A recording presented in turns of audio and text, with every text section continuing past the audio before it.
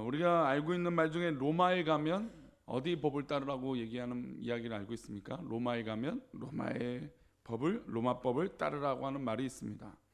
많은 사람들은 그 말을 때로 무슨 마치 진리처럼 이야기하죠.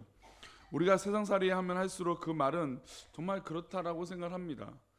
예를 들어서 우리가 중국을 가거나 일본을 가거나 해외 여행을 간다고 쳤을 때 이 동남아시아 또 마찬가지고 이 나라마다 각양각색의 문화와 법들이 다 다르다는 것을 볼 수 있습니다.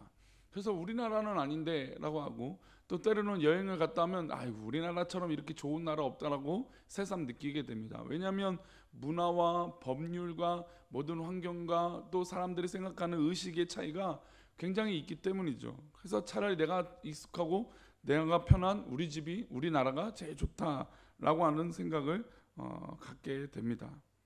우리는 누구나 바뀌는 환경에 따라서 행동해야 하고 상황에 따라 삶도 바꿔야 가야만 세상을 살 수 있습니다. 시시각각 변하는 세상의 법칙을 따르지 않으면 우리는 우왕좌왕 길을 잃을 수밖에 없고 또 적응하지 못할 수도 있다는 것이죠. 세상살이를 할 때는 상황에 맞게끔 적응한다는 게 중요한 표현입니다. 그 말이 맞죠. 그러나 영적으로 이 말이 우리 가운데 맞느냐 이것입니다. 하나님의 자녀인 우리들에게는 통하지 않는 것 같습니다. 왜냐하면 하나님의 백성들 우리들은 특수하고 특수한 상황에 있기 때문이죠. 우리는 이 땅에 발을 딛고 살고 있지만 땅의 법칙에 의해서 사는 사람이 아니라는 것입니다. 하나님의 법에 따라서 사는 사람이고 하나님의 법의 지배를 받는 사람이기 때문입니다. 예수님께서 우리 성도의 정체성을 세상의 빛과 세상의 소금이라고 말씀하셨습니다. 특별히 빛과 소금이라는 말 앞에 어느 것이라고 얘기하고 있습니까? 세상의 빛과 소금이라는 것이죠. 그러니까 즉 믿음의 사람들이 살아가는 방법은 내가 교회 안에만 있고 우리끼리만 있는 그런 영향력이 아니라 세상에 나가서 세상의 방법대로 사는 게 아니라 세상에 나가서 소금이 되고 빛이 되라고 우리 주님께서 말씀하셨다는 것이죠. 즉 우리가 세상에 살고 있고 세상의 법의 지배를 받고 있지만 그러나 그 가운데 우리는 특수성이 있다는 것이죠. 즉 하나님의 빛이요 하나님의 소금이라고 말씀하고 있습니다. 출애굽하고 있는 이스라엘 백성들이 가나안 땅에 들어가기 전에 이 모세는 그 부분이 굉장히 걱정이 됐던 것이죠. 왜냐하면 이 광야의 40년 동안은 철저하게 하나님 법 아래에 있도록 했지만 이제 가나안 땅에 들어간 것은 실제적인 삶이기 때문이죠. 즉 교회 안에서의 삶이 때로는 고통이 되고 어려움이 있는 광야 같은 삶이지만 이제 이 문을 열고 나가면 가나안 땅이 열렸다는 것입니다. 근데 가나안 땅이 어떻게 보면 축복의 땅이 될 수도 있지만 어떻게 보면 우리에게 심판의 땅이 될 수도 있다는 것이죠. 즉 우리가 하나님 앞에 어떻게 붙들림을 받아야 또 받느냐에 따라서 이 가나안 땅이 우리에게 복이 되느냐 복이 되지 않을 수도 있다는 것이죠. 그 선택이 바로 우리 가운데 자유의지로 있다는 것입니다. 특별히 우리 9절 말씀을 다시 한번 읽어보면서 우리 모세의 마음 한번 보겠습니다. 엿보겠습니다. 다시 한번 읽어봅니다. 내 하나님 여호와께서 내게 주시는 땅에 들어가거든 너는 그 민족들의 가증한 행위를 본받지 말 것이니 너희가 가나안 땅에 들어가거든 이라고 했어요. 이 말은 사실 이제 모세의 이 걱정되는 마음이 있는 것이죠. 지금 이 광야의 40년 동안은 인도하고 있는 사람 모세가 있습니다. 본인이 있어요. 그러나 이제 가나안 땅은 본인도 없고 물론 여호수아가 잘 하겠지만 좋은 후계자가 있지만 그럼에도 불구하고 자신도 없고 또 가나안 땅이라고 하는 이 정복 전쟁을 과연 이스라엘 백성들이 잘 할 수 있을까라고 하는 그 표현으로 내게 주시는 땅에 들어가거든 이라고 하면 전제를 깔고 그 다음에 권면하는 말씀입니다. 너는 그 민족들의 가증한 행위를 본받지 말 것이라. 사실 이 말은 그러니까 이 본받지 말고 우상과 타협하지 말고 우상을 받아들이지 말고 또 가나안 땅에 있는 것들에 대해서 물들지 말라고 하는 말은 사실 신명기 전반에 저변에 싹 깔려 있는 말입니다. 즉 이 모세가 볼 때도 하나님 말씀을 받아들이는 그 순간에도 이 모세의 마음은 늘 노심초사 이스라엘 백성들이 세상의 방법을 물들일까봐 그것이 가장 걱정이었다는 것입니다. 로마법에 따라야 된다고 하는 로마에 가면 로마의 법을 따라야 된다고 생각한다면 이제 이스라엘 백성들이 가나안 땅에 가면 가나안 법을 따라야 돼요. 그러나 믿는 사람은 그렇지 않다라는 것이죠. 우리가 세상의 법에 접촉받고 살고 있지만 그러나 우리 교회만의 또 말씀만의 하나님 은혜 안에 있는 그 방법들은 다르다는 것입니다. 지금 모세의 말을 듣는 이스라엘 백성들은 자기들끼리 모여 있습니다. 출애굽하면서 40년 동안 이스라엘 백성들은 광야에서 자기들끼리만 살았어요. 그리고 지금도 모압 평지에서 가나안 땅에 들어갈 그 시간들을 기다리고 있습니다. 자기들끼리 모여 살 때는 자신들이 얼마나 하나님의 백성으로 정체성을 지키고 사는 사람인지 잘 모릅니다. 그런데 이제 경제력 있는 세상에 나아가면 어떻게 될까요? 우리의 현실이 느껴지죠. 뭐 수많은 유혹들이 있을 것이고 또 교회를 향하여 지탄하는 것들이 있을 것이고 또 세상의 방법들을 계속해서 우리에게 요구할 때가 있다라는 것입니다. 우리가 교회에 모여 있을 때는 모두가 다 하나님을 섬기는 사람들입니다. 정도의 차이가 있을 수는 있지만, 열심의 차이가 있을 수 있지만, 신앙의 색깔의 차이는 있을 수 있지만, 우리는 모두 다 마치 우리 이렇게 교회 안에 있을 때는 다 경쟁력이 있고 다 정말로 하나님을 잘 믿는 것처럼 보입니다. 그러나 우리가 그것을 기억해야 됩니다. 학교에서 학생들을 모아놓고 공부시킬 때는 공부 잘하는 학생, 공부 못하는 학생, 운동을 잘하는 학생, 운동을 못하는 학생 구분할 수 있습니다. 그러나 세상 사회에 이렇게 내놓으면 뭐 그렇게 구분됐던 대로 그렇게 될까요? 그렇지 않죠. 졸업시키고 나면 세상 가운데 살아갈 때 학생들을 내보내면 공부를 그렇게 썩 잘 못했는데 오히려 세상을 잘 살아가는 사람도 있고, 또 어떤 학생은 공부를 썩 잘했는데 세상에 내놓았더니 전혀 뭐 공부에 영향력이 없는 그런 사람들도 있다라는 것이죠. 학교 생활은 잘했는데 오히려 사회에 나가서 못하는 사람도 있고, 학교 생활은 정말 못했는데 사회에 나가서 반대로 더 잘하는 사람들도 있다라는 것입니다. 즉 성도의 진정한 경쟁력은 이 울타리 안에만 있는 것이 아니라 울타리 바깥에서 결정되어지는 것입니다. 즉 우리 성도님들은 그런 사명이 있어야 돼요. 우리가 교회 안에서는 당연히 우리는 잘하고 더 복이 되고 식구가 되어지는 것이에요. 그러나 그 식구의 영향력은 이제 어디서 나타나야 됩니까? 이 세상에서 나타나줘야 되는 것이죠. 만약에 이 교회 안에서와 세상의 삶이 다르다면 그건 이원론적인 것이죠. 분리되는 것이에요. 그러나 우리 모든 믿음의 모습은 교회 안에서도 동일한 것이고 그리고 교회 바깥에서도 동일한 것인 줄 믿습니다. 왜냐하면 하나님이 교회 안에만 계시는 게 아니기 때문이죠. 교회 안에 계신 하나님이 세상 바깥에서도 계시는 것입니다. 그렇다면 우리는 그 하나님의 붙들림 받는 사람들이라면 교회 안에서도 은혜가 충만하면 교회 바깥에서도 은혜 충만한 삶을 살아야 될 줄 믿습니다.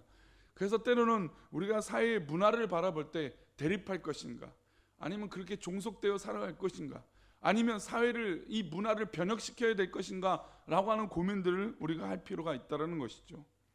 그래서 오늘 우리는 하루라고 하는 삶을 또 선물을 받았습니다. 그러면 이 하루를 우리가 어떻게 살아야 될까요? 이 하루를 거룩하고 복되게 살아야 되는데 그것은 세상에 가증한 방법이 아니라 철저하게 하나님께서 기뻐하시는 방법으로 살아가야 될 줄 믿습니다. 우상과 세상의 방법을 본받는 것이 아니라 그 가증한 것을 따라서 살아가는 것이 아니라 하나님의 방법으로 살아가야 되는 그런 귀한 백성들이 될 줄 믿습니다. 사랑하는 귀한 성도님들에게 힘은 세상이 아니라 하나님입니다. 사랑하는 성도님들의 힘은 세상이 주는 유익이 아니라 하나님의 은혜요 말씀인 줄 믿습니다. 그래서 우리가 세상에 살고 있지만 하나님의 말씀으로 또 하나님의 능력으로 하나님의 은혜로만 살아가야 될 줄 믿습니다. 우리의 능력과 살아가는 방법은 오직 기도와 믿음인 줄 믿습니다. 그렇게 믿음으로 세상에서 살아가는 우리 사랑하는 아침 기도에 나온 우리 성도님 되시를 축복합니다. 우리 맥체인 성경 읽기표 우리 이사야 말씀 보겠습니다. 이사야 45장의 말씀입니다.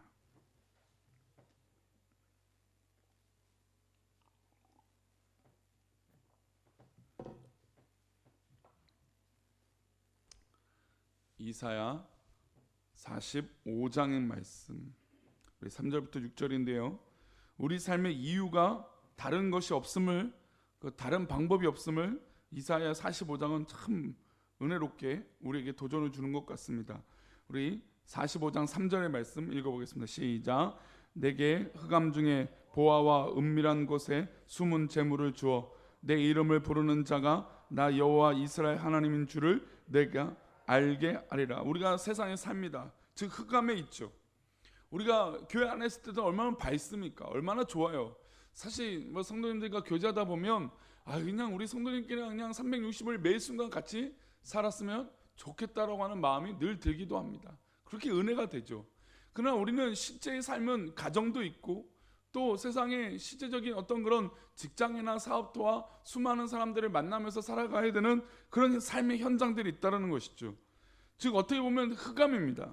흑암 중에 우리가 살고 있습니다. 그러나 하나님께서 은혜를 주시는데 어떤 은혜냐? 흑암 중에 보화와 은밀한 곳에 숨은 재물을 주신다는 것입니다. 이 재물을 우리가 받을 수 있다는 것이죠. 얼마나 감사합니다. 그럼 이 재물을 받는 방법이 있어요. 그 방법은 무엇입니까? 내 이름을 부르는 자가 나 여호와가 이스라엘 하나님인 줄을 내가 알게 하리라. 주어 내 이름을 부르는 자, 또 나 여호와 이스라엘 하나님인 줄을 알게 하리라. 그러니까 하나님을 알게 되고 하나님의 이름을 불러가며 어떻게 살아가는 그런 모습들이 그 은밀한 곳에 또 흑암 중에 그 은혜를 경험하게 된다는 것입니다. 그래서 우리 4절 말씀은 이어서 그렇게 이야기하고 있습니다. 우리 4절 말씀입니다.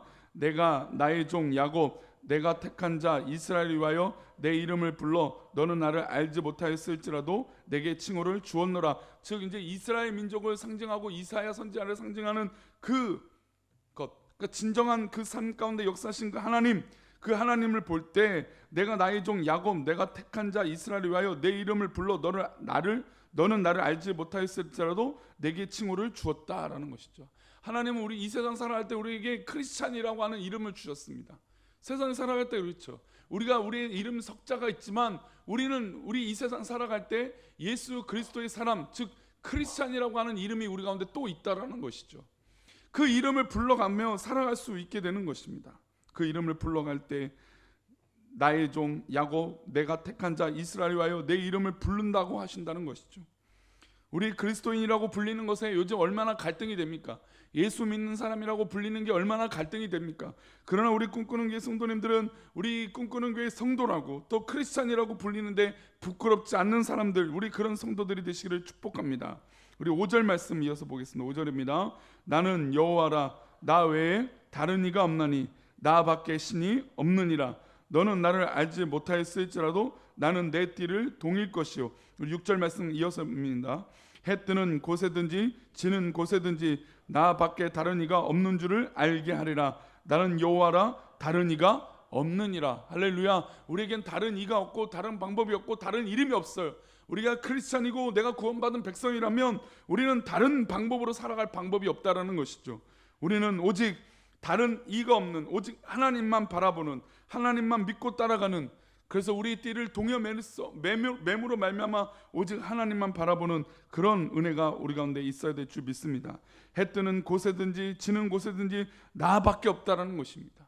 어느 상황이든 우리 하나님밖에 없습니다. 그러니 우리가 조금은 우리의 방법으로 살아갔던 것들이 있다면 오늘 이 말씀을 기억하면서 철저하게 하나님의 방법으로 살고자 힘쓰는 우리 귀한 성도님 되시기를 축복합니다. 더불어 하나님의 은혜가 우리 사랑하는 성도님들 가득 있어서 정말로 내가 이렇게 하나님 방법으로 살았더니 하나님께서 인도하여 주시는구나 라고 하는 것들을 경험하기를 소망합니다. 말씀 맺겠습니다. 때로는 하나님의 방법으로 살아가면 괜히 이 세상에서 지는 것 같아요. 괜히 양보하는 것 같아요. 이렇게까지 해야 되나? 내가 정말 믿는 것만 아니라면, 내가 예수 믿는 것만 아니라면 제가 가만히 있지 않을 텐데 라고 하는 생각이 12번도 더 들기도 합니다. 그러나 우리가 정말로 하나님의 방법으로 살면 결국에 그 열매를 우리 하나님께서 맺게 해줄 줄 믿습니다. 즉 우리가 지금 볼 때는 지는 것 같고 염려가 되고 약해지는 것 같고 뭔가 포기하고 양보하는 것 같지만 그러나 하나님께서 그것들을 채워주신다는 것이죠. 나 여호와가 말한다는 것입니다. 말씀하신다는 것이죠. 그만큼 하나님께서 책임져 주신다고 하시니 우리 사랑하는 성도님들 걱정할 것 없이 하나님의 방법으로 살아간다면 하나님의 길이 열릴 줄 믿습니다. 그래서 우리 모세의 염려, 너희가 가나안 땅에 들어가거든 다른 것을 본받지 말라, 다른 것을 따르지 말라, 다른 가증한 행위를 본받지 말라라고 하는 이 말씀을 기억하면서 우리가 세상을 살 때 세상의 방법을 본받는 것이 아니라 하나님의 방법으로 변화시키는, 변혁시키는, 개혁하는 그런 믿음의 사람 되시기를 축복합니다. 기도하겠습니다. 하나님, 오늘도 우리에게